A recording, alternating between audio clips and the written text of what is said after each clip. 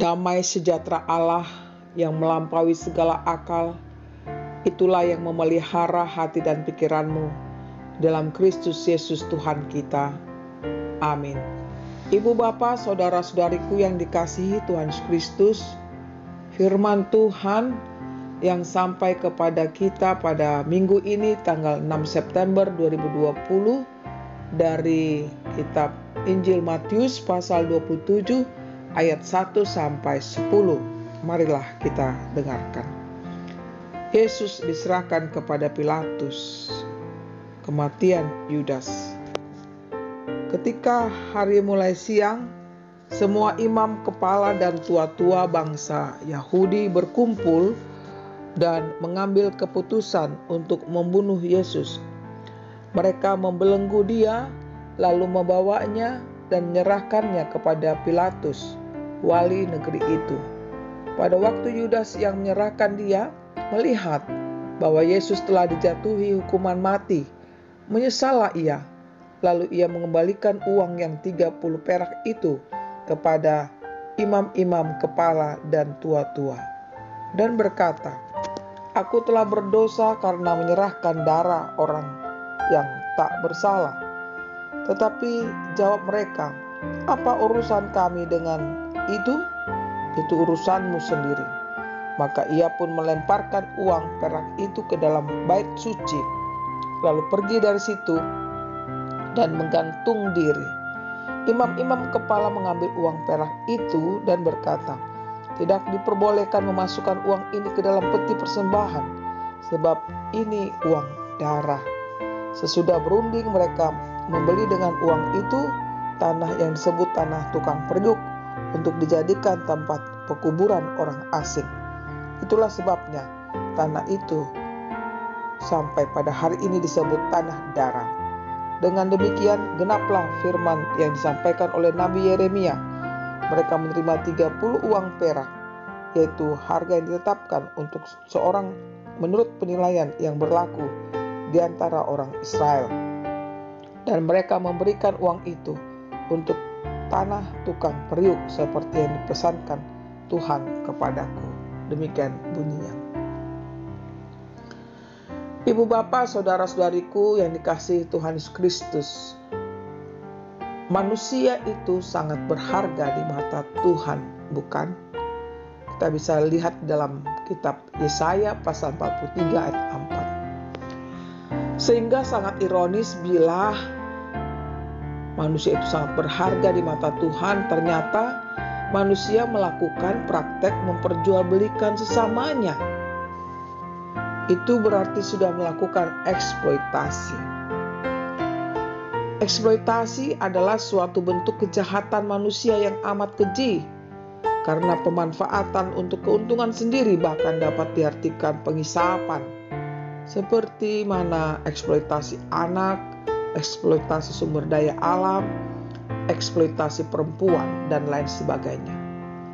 Tindakan eksploitasi itu akan berakibat buruk bagi orang lain, bahwa akan mengalami kerugian besar, baik itu materi maupun nyawa sekalipun.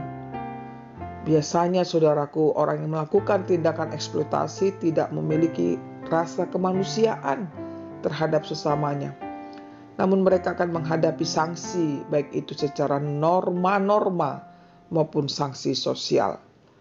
Lalu suatu ketika mereka kemungkinan sekali menyesali akan perbuatan tersebut.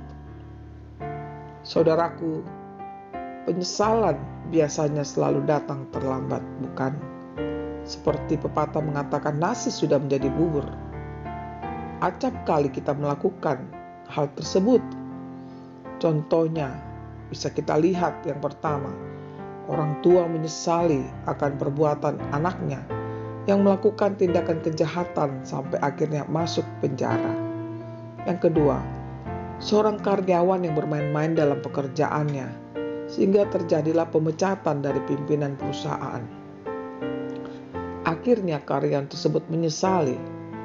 Dari dua kisah tersebut, saudaraku, bisalah kita katakan bahwa penyesalan itu sering datang terlambat.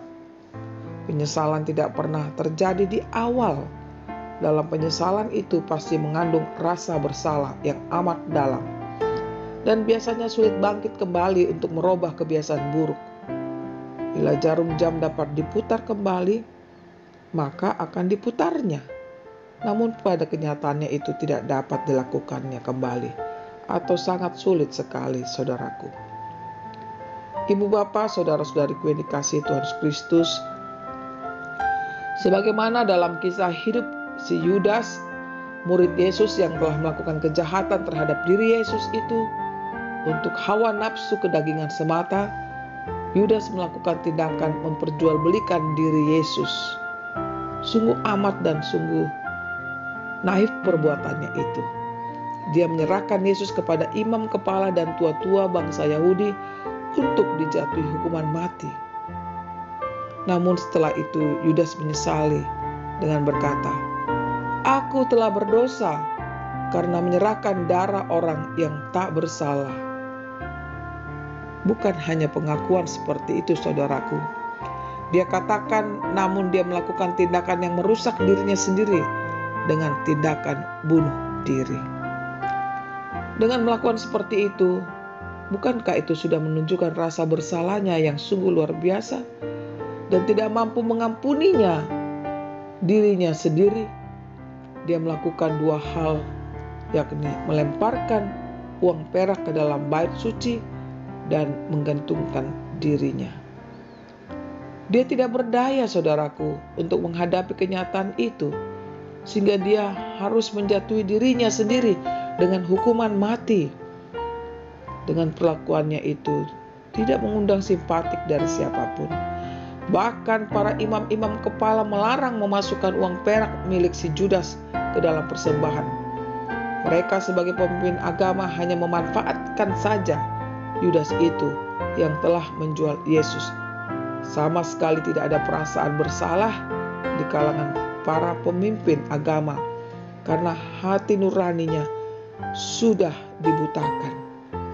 Bahkan ketika Yudas menyadari keberdosaan itu, namun mereka mengatakan bahwa apa urusan kami dengan itu? Itu urusanmu sendiri. Mereka tidak pedulikan akan penyesalan Yudas. Mereka telah berhasil merusak hubungan baik antara Yudas sebagai murid Yesus dengan Yesus sendiri sebagai gurunya. Mereka menggunakan uang tersebut membeli tanah tukang periuk sebagai tempat kuburan orang asing.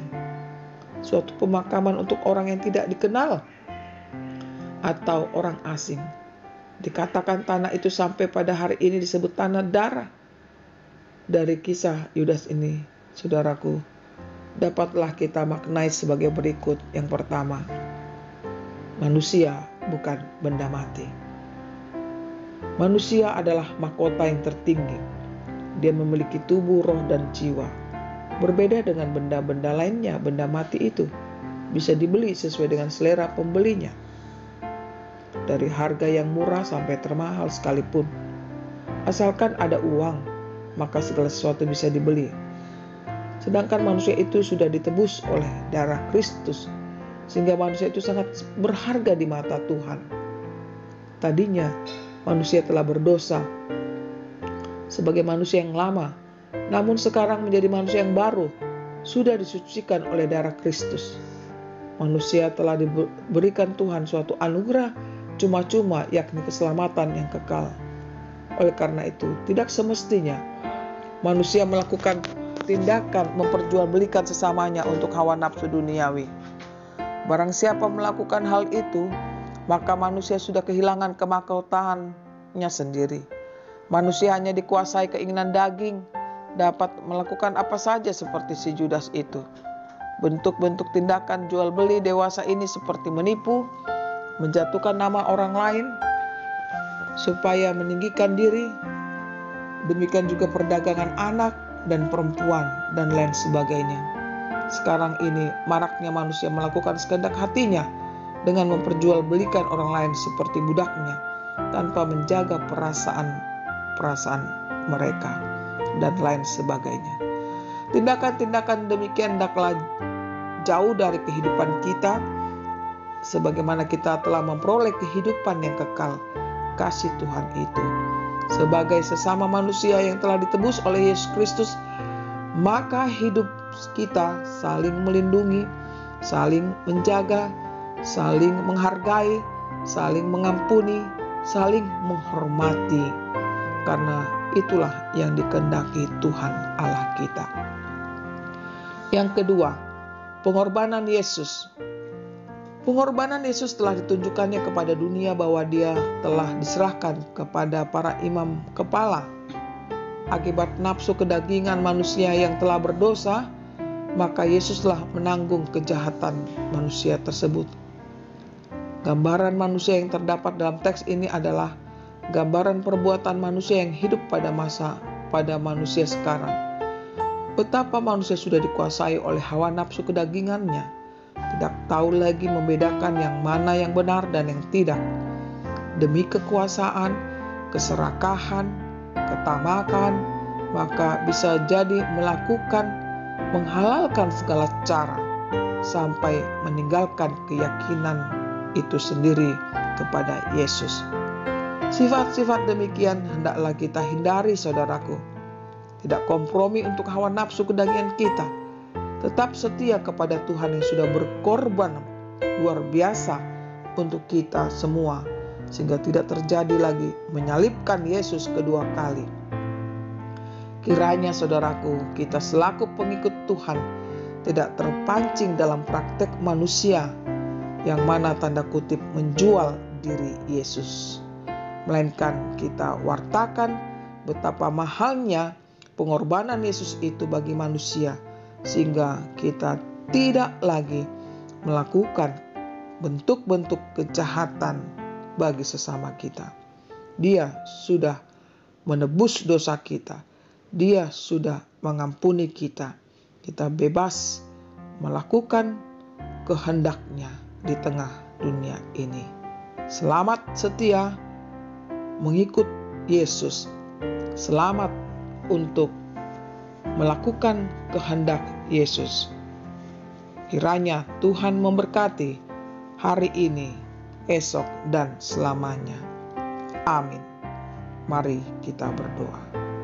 Terima kasih Tuhan buat firman-Mu yang mengajar kami untuk dengar-dengaran kepadamu saja, di mana Tuhan Kau mengingatkan kami semua agar kami saling mengasihi sesama kami, saling mengampuni, saling menghormati. Perlakuan Yudas jauhlah daripada kehidupan kami, karena Engkau telah menyucikan hidup kami. Kau telah membaharui hidup kami. Tidak ada alasan kami untuk melakukan praktek jual beli di tengah-tengah kehidupan sesama kami. Bahkan kami haruslah menolong mereka dari mara bahaya. Inilah doa kami Tuhan, berkenanlah Engkau memberkati kami. Dalam Yesus Tuhan kami sudah berdoa dan mengucap syukur kepadamu. Amin.